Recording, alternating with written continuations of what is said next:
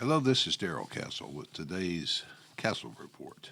This is Friday, the 21st day of June in the year of our Lord 2024. I will be talking today about how the world seems to be arming up for global war, which now appears more and more likely, less and less avoidable. The apparently unstoppable movement toward world war is very reminiscent of the start of World War I as the world celebrates the 110th anniversary of the start of World War I this August. Once again, I find myself talking about war, which is ongoing, threatening to spread out of control. The U.S. in particular seems intent on making the war in Ukraine into a global war against Russia. Russia is lining up its partners who are willing to sign on to resist the financial control of the U.S. and its Western allies, old friends like Thailand. Even NATO member Turkey have applied to join the BRICS economic bloc. Putin was in North Korea to meet with the little rocket man this week. They signed the mutual defense agreement. Yes, there are ominous trends happening in the world right now, which any sane leader would pay attention to, but in the West it appears that few, if any, are listening. In the Middle East, Israel is fighting on two fronts as hundreds of missiles and rockets rain down on northern Israel. A broad, vicious, very dangerous war is in the process of getting underway against the Iranian-sponsored terrorist group Hezbollah.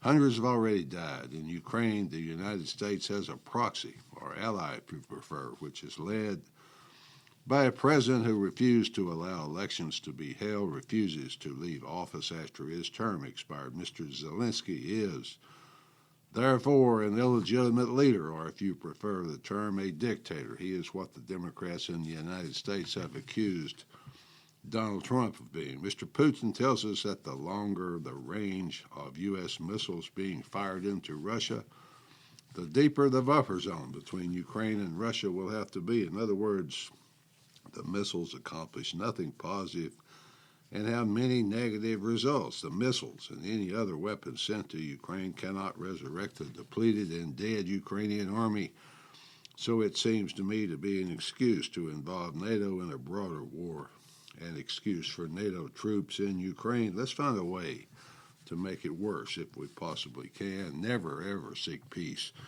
If that were to happen, the French seem to be the chosen ones to lead the effort. Words fail me, folks, in my efforts to convey to you how stupid and pointless this all is. I'm sitting here reviewing what happened in 1914 all over again. Didn't the world just go through this 110 years ago? Didn't it learn anything? Well, the French have a violent history, especially with Russia, don't they? Having spent some time there in 1812, just 212 years ago this month. So I guess history is repeating itself, or perhaps politicians are just repeating themselves in the same stupid mistakes. The last time the French army went into Russia, it sent a grand army of 680,000 men. About 26,000 of them were able to return to France alive. So it seems the French are slow learners.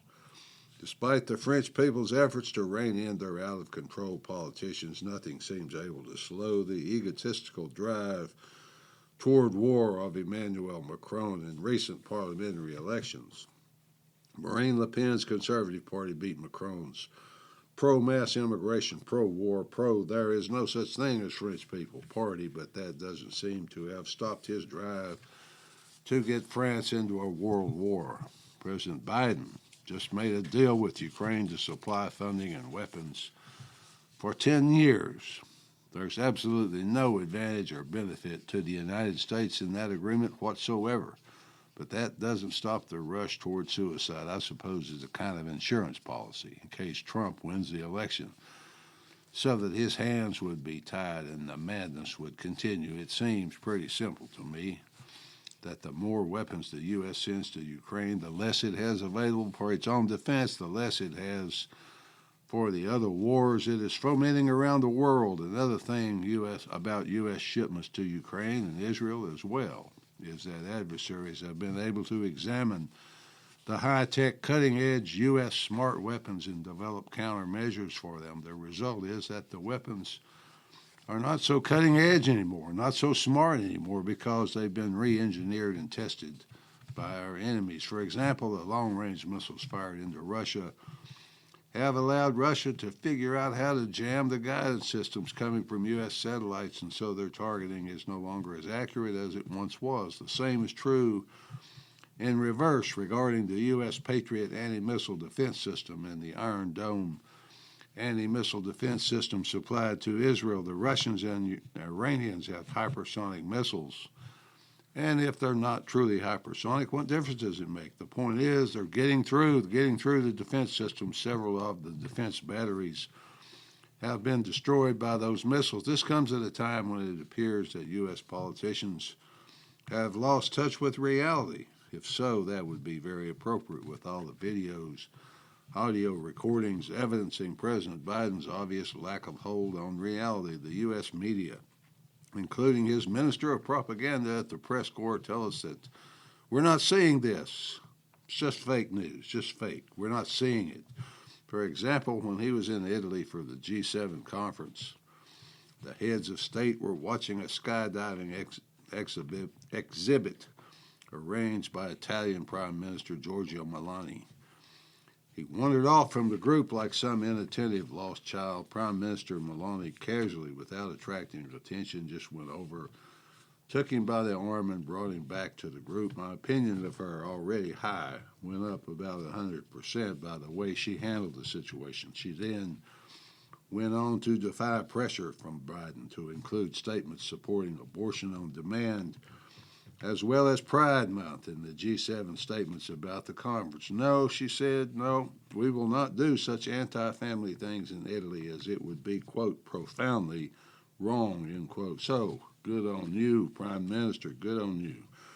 This all comes at a time when the U.S. has $35 trillion of debt, which is up from $5.6 trillion in 1999. So, about 25 years, it's added $30 trillion of debt. The interest this year is predicted to finally approach or even exceed the bloated trillion-dollar defense budget, so a good dose of reality would serve us well in Washington. To grease the wheels of our decline even more, on June 9th, the 50-year deal with Saudi Arabia, commonly known as the petrodollar agreement, expired.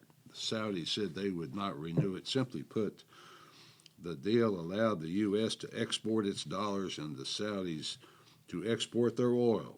If you wanted to buy Saudi oil, and everyone did, you had to use U.S. dollars for the purchase. The Saudis would use the dollars to purchase U.S. Treasury bonds, thus continuing the cycle to infinity and beyond. The added incentive for the Saudis was that the U.S. would use its military to keep the Saudi royal family in power and off the backs of Israel. To emphasize the importance of the deal, it was probably, but I admit now I'm guessing, probably the reason the U.S. attacked Iraq and Afghanistan rather than Saudi Arabia after 9/11, since almost all the hijackers were Saudis. One doesn't go attacking a nation that is a major holder of its debt. Everything the U.S. does now costs a lot more.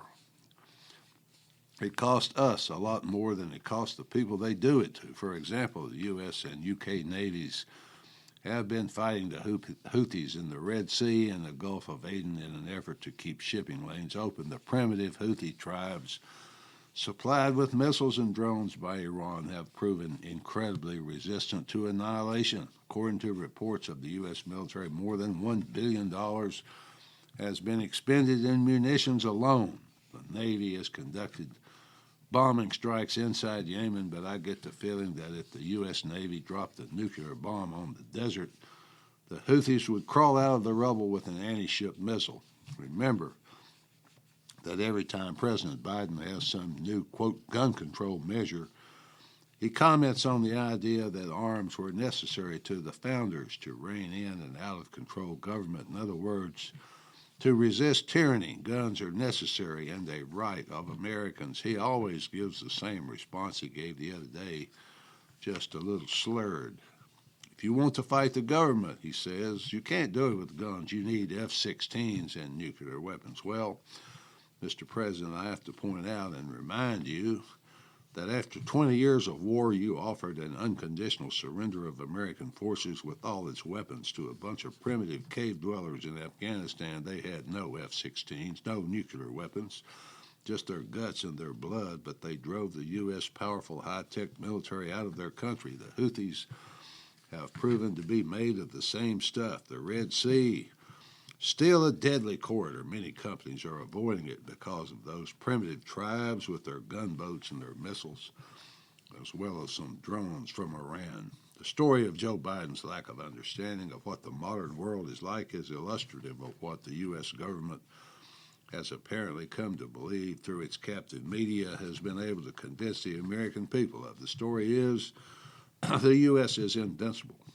and strut around the world provoking nuclear-armed countries with impunity. As a result, the U.S. has reacted to its lost war in Ukraine in two ways. The first way by threatening to send NATO troops with the French as the lead cannon fodder.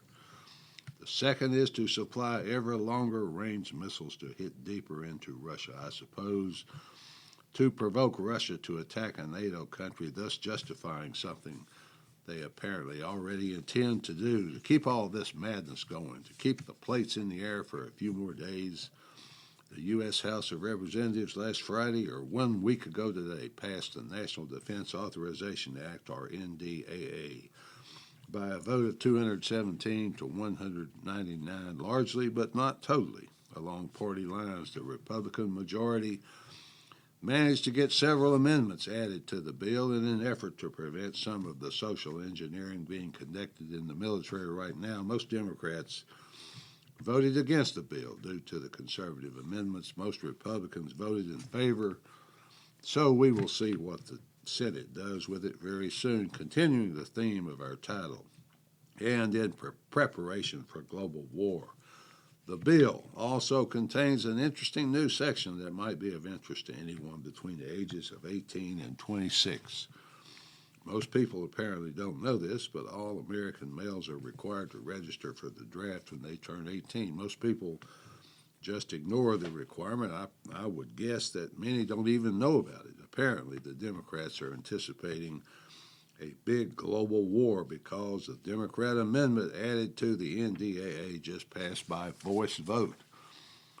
Quote, Section 531, Selective Service System, Automatic Registration, Section 381.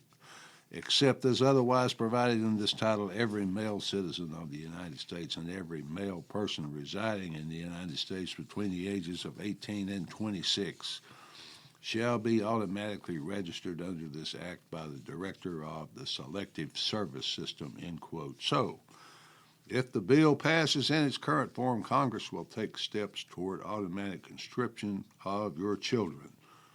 The new law will automatically register them, so they can't just ignore the requirement. They will be notified in writing that they have been registered, and they are required to provide date of birth, address, social security, account number, phone number, email address, so on and so forth. Congress wants your children, folks. They want your children to know that wars of stupidity and wars of aggression have consequences. Those consequences might just be their lives. There are currently more than 16 million eligible males in this automatic registration, and if it is extended to females, as some members of Congress advocate, there would be over 32 million. About 1.5 million undocumented immigrants are also subject to this new law, so perhaps they could be persuaded to just return across the border rather than be conscripted to fight in an unnecessary, debt-funded, stupid, pointless war that could only end badly and has no upside except the stock prices of the defense contractors. In conclusion, folks, I am indebted to Dennis Kucinich for much of the information on the automatic registration section of the bill. Dennis has been out of Congress now for about 10 or 12 years, I think, but he's running again this year in Ohio as an independent. Finally, folks, I close this Castle report with a quote from President Biden's recent D-Day speech, quoted from Politico. Quote, "The price of unchecked tyranny is the blood of the young and the brave," end quote. Well, yes, Mr. President, yes, indeed. You have never spoken truer words. At least that's the way I see it. Until next time, folks, this is Darrell Castle. Thanks for listening.